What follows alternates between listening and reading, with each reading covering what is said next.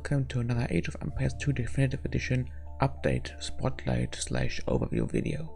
Once again, this update not only brought some changes to the game, some balance changes and so on, but also another event. This time it is the Greatest Medieval Technologies event.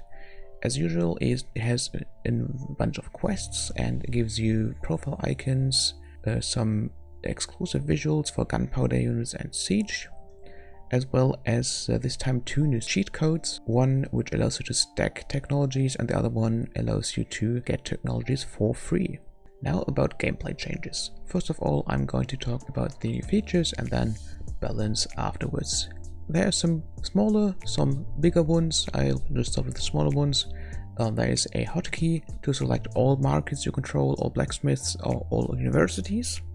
And the grid you can select in-game, so the placement grid for buildings and everything now is dynamic, so you can choose whether it should be always on or only for building placement. I think that's the way StarCraft 2 does it. I found that quite useful, or only when you have a ranged unit selected, so you see how far they can shoot and that stuff. And you can also select the color of the grid, so if it should be white, if it should be transparent, black, or anything in between. You can just use the sliders there and good to go. Also the chat filter, which used to be quite problematic, I would say. It should be a lot better now, but if you still have any issues, any problems with that, they would like to know. So this doesn't seem to be the final form of the chat filter. If some more changes are needed, they will be done. There have been a lot of changes to random maps, especially Acropolis and Serengeti have been changed. Also a lot of changes to Mountain Ridge are there, but all of those things, they would just take way too long to list them all here, so I'm going to leave the link in the description as usual, so you can read those things if they really interest you. Now to the, in my opinion, biggest change is an UI change, and it shows you the future technologies you could research theoretically if you had the resources or the requirements. So this, in theory, is all information you could have in your mind, so it won't really make you a better player if you already know the tech trees and stuff. But sometimes, I mean, it probably happened to most of us. I would assume that we just thought, okay, I'm gonna tech into paladins or into arbalists, or I'll just get some halberdiers and then I'll be good. And then once you hit Imperial Age, you notice, oh wait, I'm missing the final upgrade here. Well, the future technology feature, as you can see here, should prevent that. Now to the balance changes. A few of them are quite interesting, some have been quite necessary, others are just cool to have. Now talking about cool to have, fishermen, so not the ships but the villages which gather fish from the shore, can now also drop off their food they've collected at docks, so this will make gathering coastal fish a lot more viable. For example, on Nomad, this also opens you an option to start gathering resources before you even build your town center, so that is definitely, it's not a huge thing, but it is a cool little thing you now have, and that's nice. Fire galleys do take 5 seconds extra to train. Maybe makes them a little bit less oppressive in the early feudal age, maybe gives you a little bit more time to react to attacks on the sea. Makes sense to change that. The Bulgarians now no longer can research paladins, but in exchange for that, the stirrups technology also affects their cavaliers and knights, of course. So that makes their late game maybe a little bit weaker, but you can get stronger cavaliers than your opponent can get, and you can have a more unique tech tree, I would say. The Ethiopians now have better torsion engines basically, so the width of their scorpion projectile instead of 0.3 is now 0.5 tiles.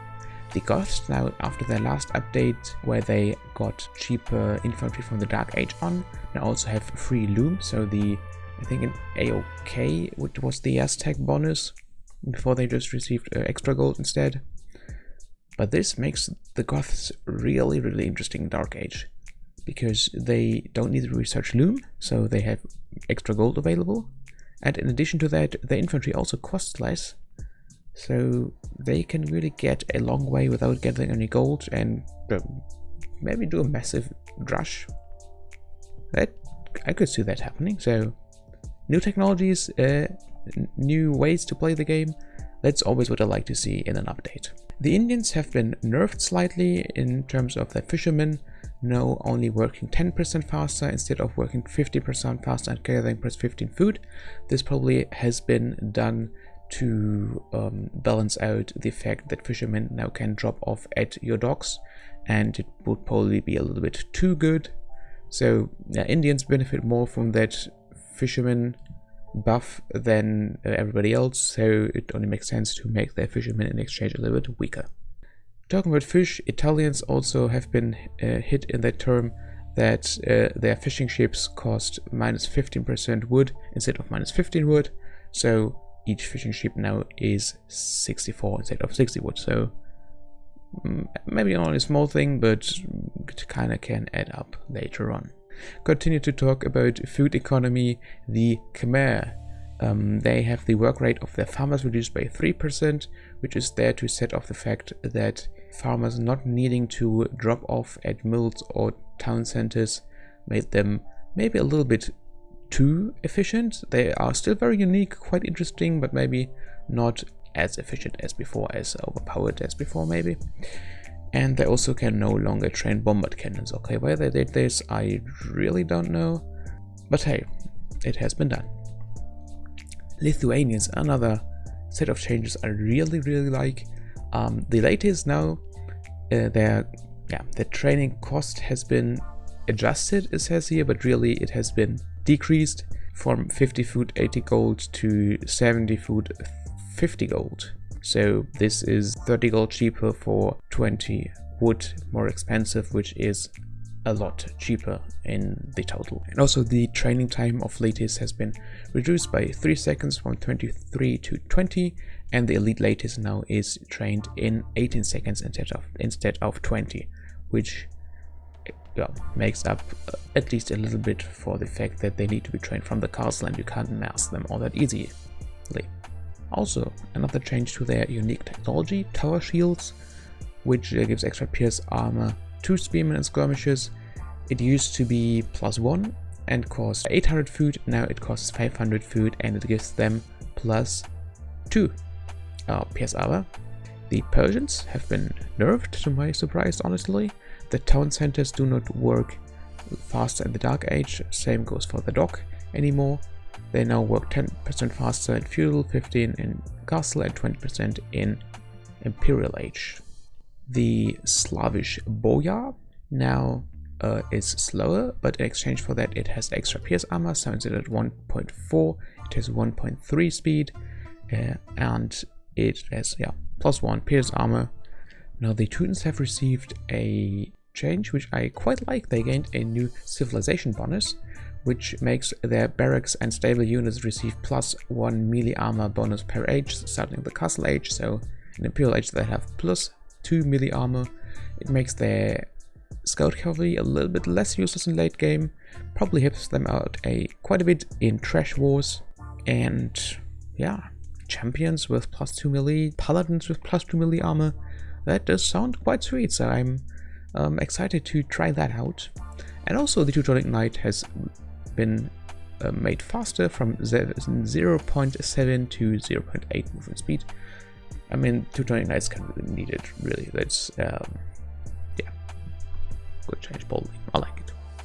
Now, this has been all from these patch notes. There are a lot of bug fixes on all that stuff, performance, I think AI changes as well, so lobbies and matchmaking fixes, as well as a new map rotation and all those things. So the full information, as always, is on link in the description. If you want to know what's in there, then you kind of have to click on that and read it, but I point out the key points in this video. So what are your thoughts on these changes?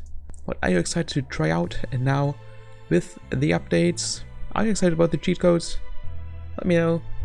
But at this point, I would like to thank you for watching. See you next time, and goodbye.